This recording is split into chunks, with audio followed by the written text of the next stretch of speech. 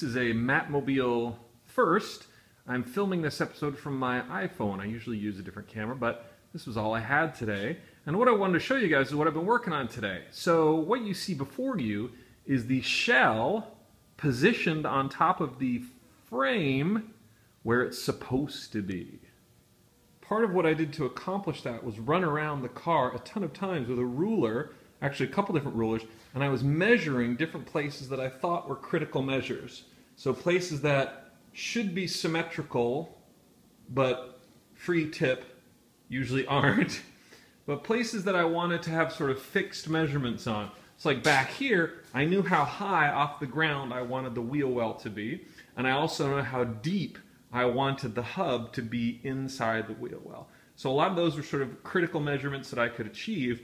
And you can see I've got a bunch of notes written on the side of the car that I believe will help me center it properly. Measured out the tips of the fins to make sure they were as even as possible.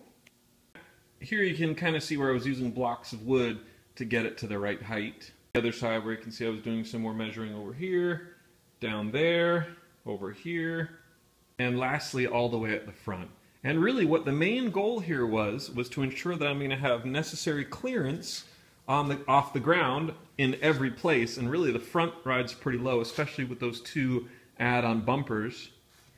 These strips of foam core are 2 inches wide, and I don't know how long, but the idea is Bo is going to use these to mock up the support arms that will go from the frame to those boxes that I've glassed in previous episodes. And as you can see from the level, I'm pretty darn good. Not perfect, but pretty good. I think what I really learned from this exercise is that it's an exercise in compromise. The shell is not symmetrical. It's not perfect. I don't know which parts of the asymmetry were introduced from the original sculpt, from a casting, from a molding. I just have no idea. So I really just have to do the best I can. None of the measurements line up perfectly. Like, one wheel might sit perfectly in the wheel well, and another one won't. But it's really pretty good right now, and I don't think anyone will be able to notice any of the asymmetries that I speak of.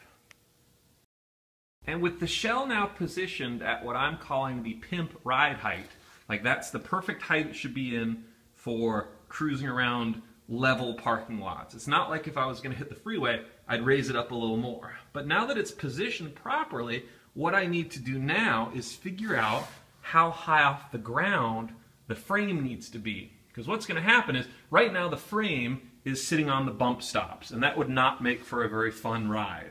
What I need to do is have the frame about 1.5 inches off the bump stops, but have the shell in its current position.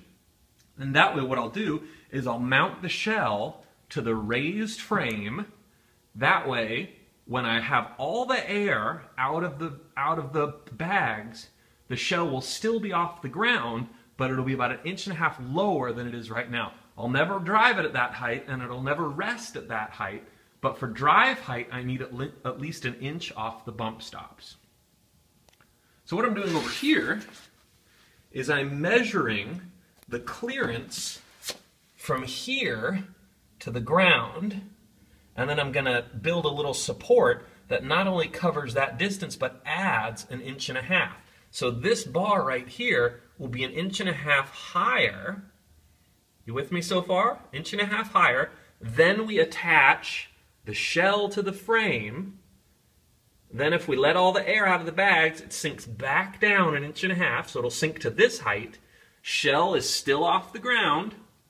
But then, when I inflate the bags to 1.5 inches, I'm now at my ride height. The shell is at the ride height, and my car is riding on the airbags with 1.5 inches of air off the bump stop. So that's the goal. That's what's going on right now. I'm just about to measure these up, and then all I need to do is build some supports, and then we can get to mounting the shell. So that's it for now.